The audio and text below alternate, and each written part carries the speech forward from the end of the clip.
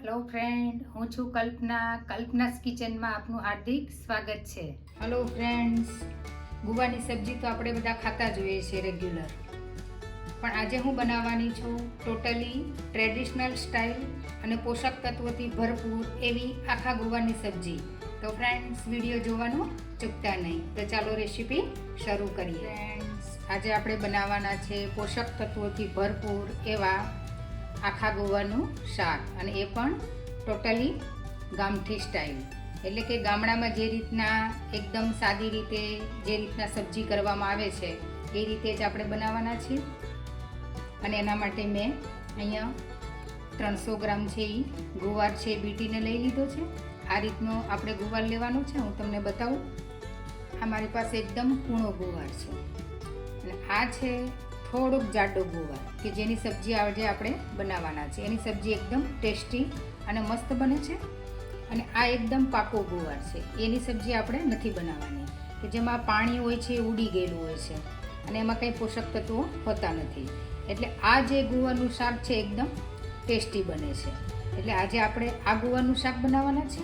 તમે આનું પણ બનાવી શકો છો, પણ આનું એકદમ ટેસ્ટી બનશે. તમને થતું હશે કે આવું પાકા ગુવારનું શાક અને એ પણ આખું, એ કેવી રીતના ખાવું આપણે.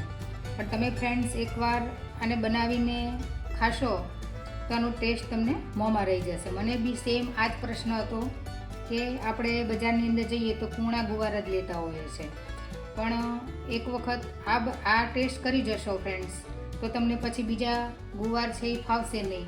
મેં પણ આ સબ્જી છે મારા સાસુમાએ મને શીખવાડી છે.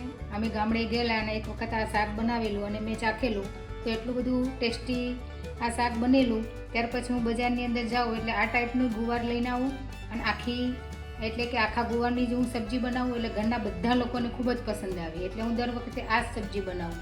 એટલે મને થયું કે ચલો બીજા લોકોને બી હું શેર કરું. અને આની અંદર ઘણા બધા પોષક તત્વો હોય છે કે ઘણાને એવું થતું હોય કે ગુવાનું શાક અમને નથી ભાવતું હતું, પણ તમે આ રીતે એકવાર બનાવશો અને એનો ખ્યાલ આવે કે આમાં ઘણા બધા પોષક તત્વો છે તો આપણે જરૂરથી એમ કે આ સબ્જી ખાશું અને બનાવશું. અહીંયા ગેસ ઉપર કુકર ચડાવી દીધું છે. હવે આપણે સબ્જીનો વઘાર કરવાનો છે ફ્રેન્ડ્સ. તો આમાં થોડું છે તેલ ચડિયાતું જશે. આપણે જે નોર્મલ સબ્જી બનાવતા હોઈએ છીએ એના કરતાં થોડુંક આપણે તેલ છે એ વધારે એડ કરીશું. તો મેં અહીંયા 300 ગ્રામ સબ્જી છે, તો એની સામે મેં અહીંયા નોર્મલી આપણે 2 જ પાવડા યુઝ કરતા હોઈશું, એની જગ્યાએ આપણે 3 થી 4 પાવડા યુઝ કરીશું. તો સબ્જીનો ટેસ્ટ છે એ ખૂબ જ સરસ આવે. મેં અહીંયા થોડાક મેથી દાણા લીધા છે, એ એડ કરીશું. ગામડામાં જે રીતે વઘારતા હોય એ રીતના જ આપણે એનો વઘાર કરવાનો છે. બીજા એક્સ્ટ્રા કોઈ બી મસાલા આપણે એડ કરવાના નથી. અહીંયા મેં રાઈ લીધી છે, એ એડ કરી દઈશું. જીરું લીધું છે, એ એડ કરી દઈશું. અહીંયા મેં હિંગ લીધી છે થોડી, એ એડ કરી દઈશું. મીઠા લીમડાના પાન લીધા છે, એ એડ કરી દઈશું. અહીં મેં લસણની ચટણી લીધી છે અને એની અંદર મેં પાણી એડ કરી દીધું છે, જેથી કરીને લસણ અને જે મરચું છે એ બળી ન જાય. હવે આપણે આની અંદર એડ કરવાનું છે.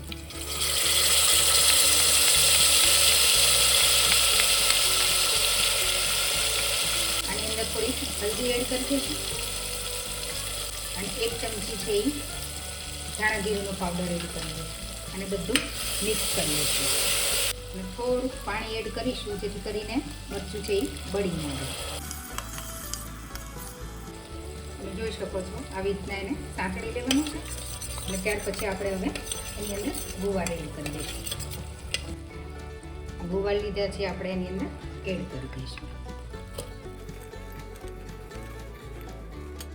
ટેસ્ટને એકોર્ડિંગ આપણે થોડુંક મીઠું એડ કરી દઈશું. મીઠું તમે ખાતા હોય એ પ્રમાણે તમારે એડ કરી. અહીંયા નાની 1 ચમચી ભરીને ગોળ લીધો છે. જો તમને ગોળ ન ફાવતો હોય તો તમે સ્કીપ પણ કરી શકો છો. અમને થોડું ગળચટું ફાવે છે એટલે મેં ગોળ એડ કર્યો છે. હવે બધો ગુવાર છે મસાલા સાથે આપણે મિક્સ કરી દઈશું, જેથી કરીને કોટ થઈ જાય બધા ગુવાર મસાલા સાથે. હવે આની અંદર આપણે થોડુંક પાણી એડ કરીશું. 2 થી 3 સીટી થાય એટલું, 3 થી 4 ચમચી જેટલું. કુકરને આપણે બંધ કરી દઈશું. આવી રીતના પાણી રાખીશું આપણે. વધારે એડ નહીં કરીએ કારણ કે કોરું રાખવાનું છે આપણે. અને હવે કુકરનું ઢાંકણ છે આપણે બંધ કરી દઈશું અને 2 થી 3 વિસલ આપણે કરીશું. ફ્રેન્ડ્સ, કુકરનું ઢાંકણ મેં ખોલી નાખ્યું છે. સબ્જી આપણી રેડી થઈ ગઈ છે.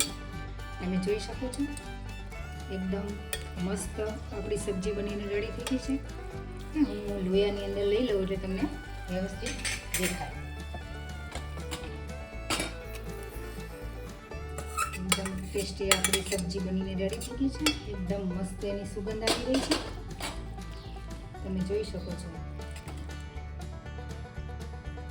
એકદમ સોફ્ટ થઈ ગઈ છે અને આખા ઘરમાં એની સુગંધ આવી રહી છે. હવે આપણે એને સર્વ કરી લઈશું. સરસ મજાની આપણી સબ્જી તૈયાર થઈ ગઈ છે. જોતાં જ ખાવાનું મન થઈ જાય એવી આપણી ટેસ્ટી સબ્જી તૈયાર થઈ ગઈ છે. ફ્રેન્ડ્સ, આપણી ટેસ્ટી અને ચટાકેદાર સબ્જી આખા ગુવારની બનીને રેડી થઈ ગઈ છે.